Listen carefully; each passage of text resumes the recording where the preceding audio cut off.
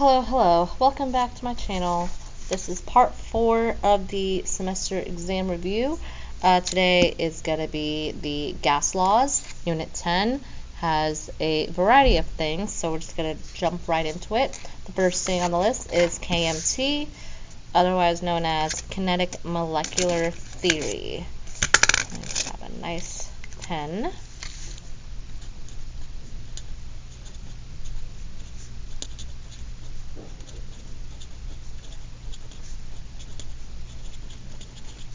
Otherwise known as KMT. And with KMT, it's just gas behaviors on, literally how they behave, gas particles.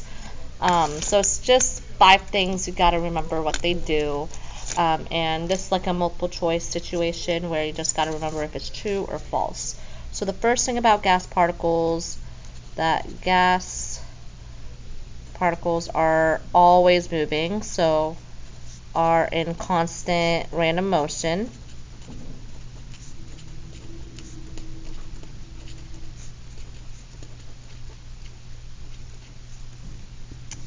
And also gas particles. There we go.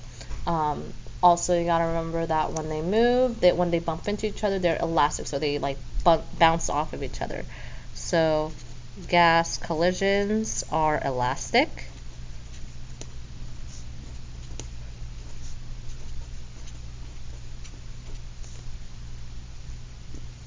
So when they're elastic, they don't stick to each other. There's no attractive or repulsive forces. So they don't push each other away and they don't stick to each other. So gas particles have no attractive or repulsive forces. So think of it as non-magnets. They are not magnets.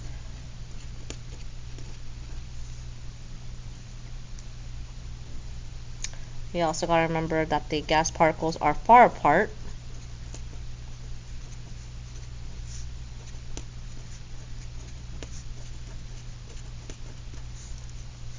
And last but not least, you got to remember with the temperature and kinetic energy of gases, they're directly proportional. So the kinetic energy of gases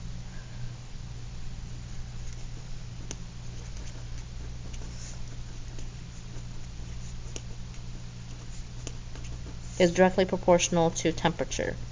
So if you think about it, so what does kinetic energy mean? It's the energy of motion, of how fast they're moving. So when you increase the temperature of a gas, the gas particles move a lot faster, so their kinetic energy is also increasing. So that's kinetic energy. That's pretty much all there is to that. The more heavy part of gas laws in this unit is the calculations. So I'm just going to call this gas law calculations.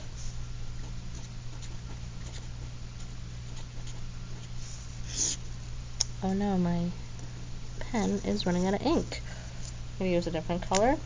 And I'm going to show you the formula sheet that you will be provided to use. These are all the formulas for this semester, the entire thing, and with gas laws, it's this section here, okay? So the different gas law calculations, you have the separate ones, Boyle's law, Charles' law, Gay-Lussac's, Avogadro's. This combined gas law, we'll definitely do an example of that, and the ideal gas law. You don't have to know the name of any of these, you just have to know how to use them. You have your R values provided, your temperature, and then your pressure conversions, which we'll definitely do an example on that. So I'm going to do one simple gas law and then the combined gas law. Let's see. Let's do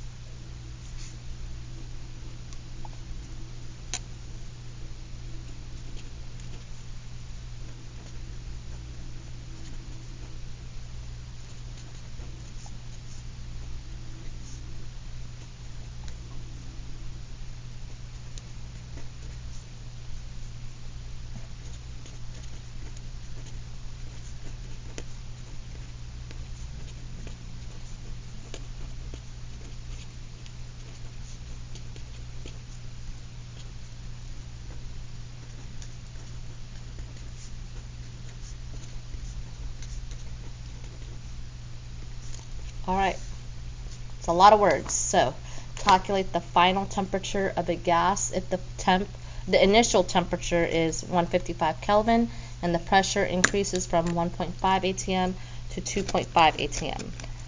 So, it's all about knowing what is what and which equation to use, because I know y'all know how to do algebra. So, you're trying to find the final temperature. That is my T2. And my initial temperature is 155 Kelvin. Now, if it's in Celsius, you got to convert to Kelvin, but it's already in Kelvin, so you leave it alone. Then your pressure increases from 1.5 to 2.5. So my P1 is 1.5. My P2 is 2.5. So now that you have everything that you need, you look at our formula sheet, which equation has P and T in it. It would be this one. So P1 over T1 equals P2 over T2. And from there you just substitute everything in. 1.5 over 155 equals 2.5 over T2. So in this situation you got to cross multiply and divide. Like that. So T2 times 1.5 equals 155 times 2.5. From there it's simple. It's one straight line, so you just divide by 1.5 on each side. So in the calculator, just plug this in. 155 times 2.5 divided by 1.5.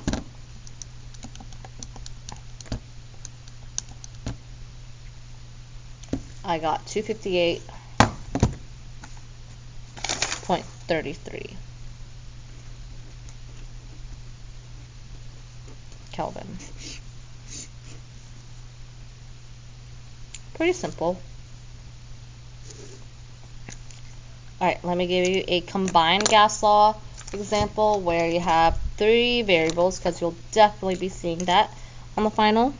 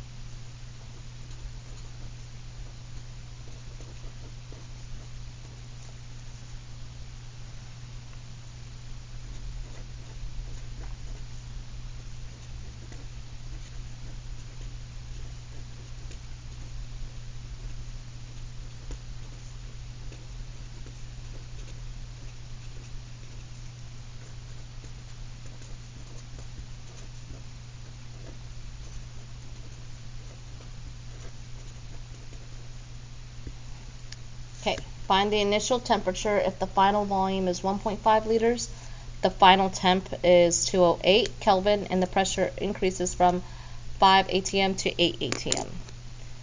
So to list everything out, we're trying to find my T1, initial temp, final volume, so final means 2, V2 is, oh, I forgot to add an important variable. Sorry, so the initial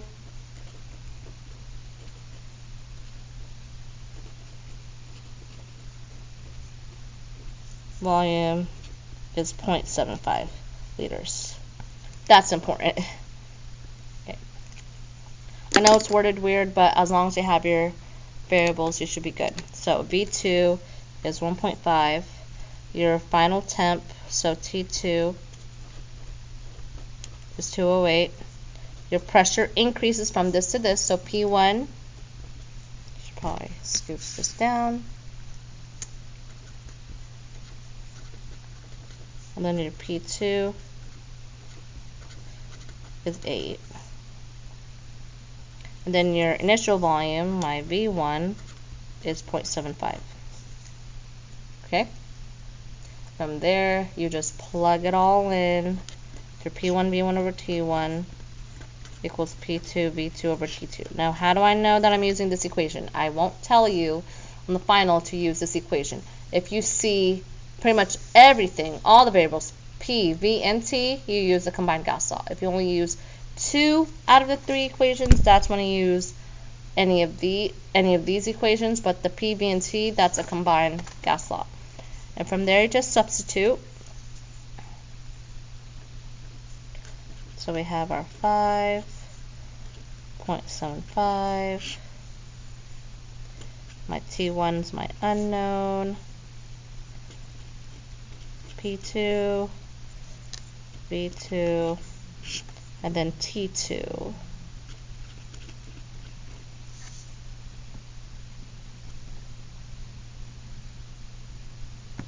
Alright, and in this case you just cross multiply and divide. Don't be scared with the amount of numbers. That's why I would, show your work step by step. So 5 times 0.75 times 208.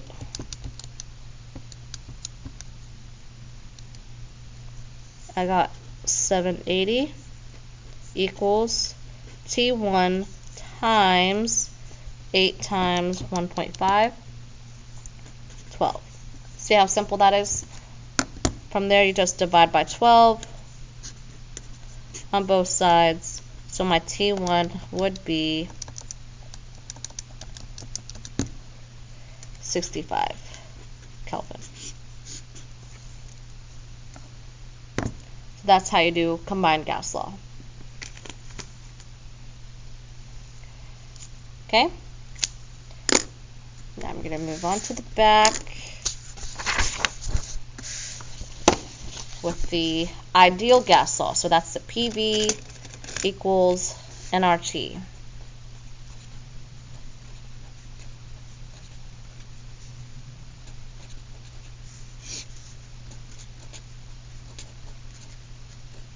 So what's special about the ideal gas law is that we have moles, we have N, and we have the R value. And we have, these are all values here. And as you can see here, the different units, and it always depends on the pressure. So if the pressure in the question is given in ATM, you use this R. If the pressure in the question is in kPa, you use this R, so on and so forth. You always just match the units. Okay, so and also another thing to consider is that the T has to be in Kelvin. So if your temperature in the question is in Celsius, you just add 273 to get your Kelvin. But it should be second nature since we've done a lot, but that's just as a reminder in your formula sheet. Okay, let's just hop right into the example.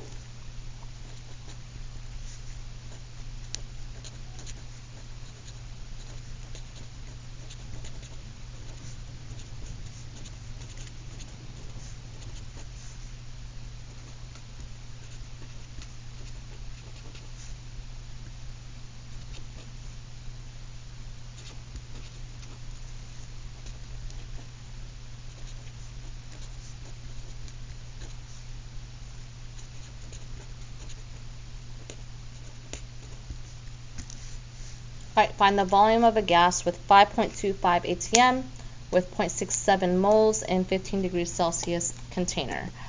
I don't think this is grammatically correct, but you have your variables. So actually go ahead and try to solve this.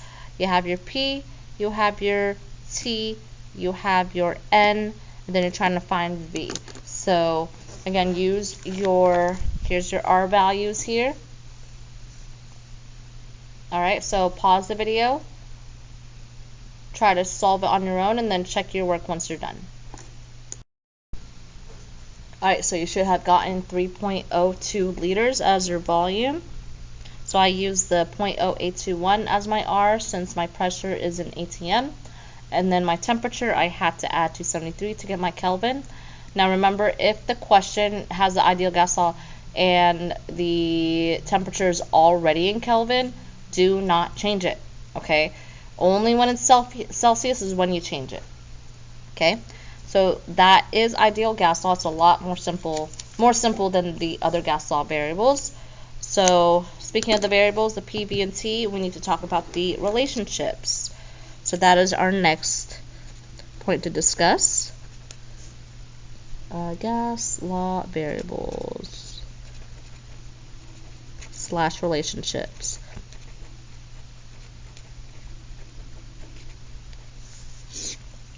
So pressure, volume, temperature, the only two variables that are inverse are the P and V.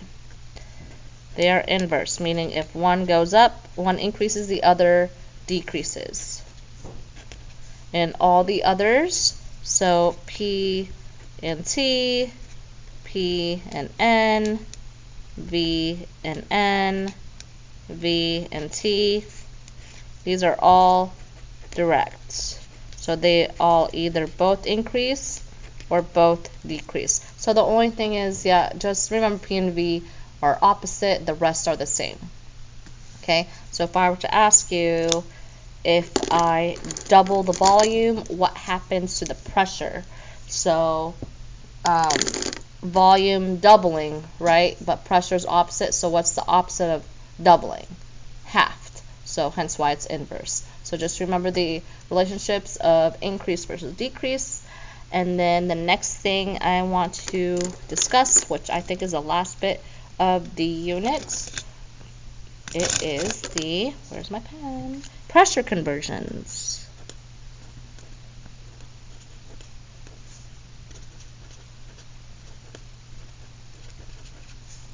So this is where you have to do a little bit of mini train tracks to convert. And here are the pressures that you get to use. So we're just going to hop right into the example.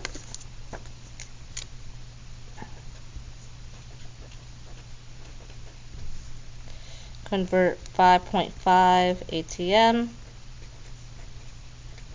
to PSI. So we have ATM and PSI. This is the ratio that we're using here. So this is how you read 1 ATM, 14.7 PSI, 760 mmHg and torr. They're the same thing, 101.3 kPa. So don't do like ATM is 14.7. Don't read it all weirdly. Just 1 ATM, 14.7 PSI, 760 mmHg, etc. Okay, so we're going to start with 5.5 ATM.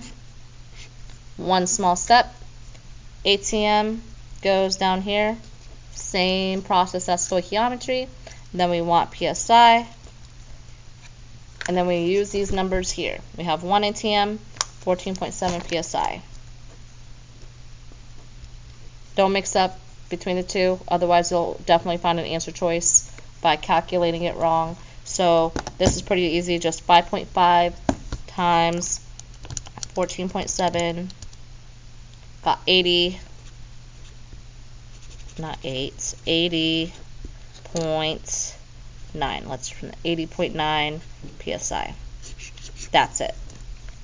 I'm going to give you two more and we'll call it a day.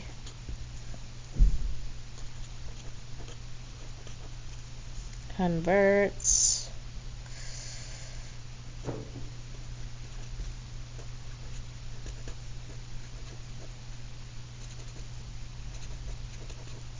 convert 135 torr to ATM,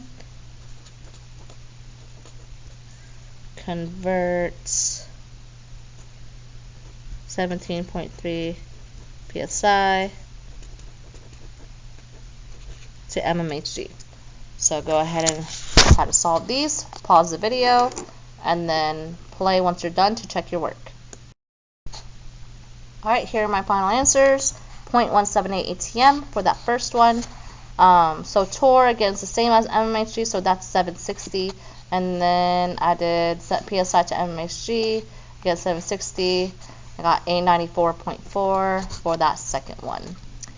But yeah, that is pretty much it. That concludes the gas laws unit. I hope this helps. Let me know if you have any questions, and have a wonderful day.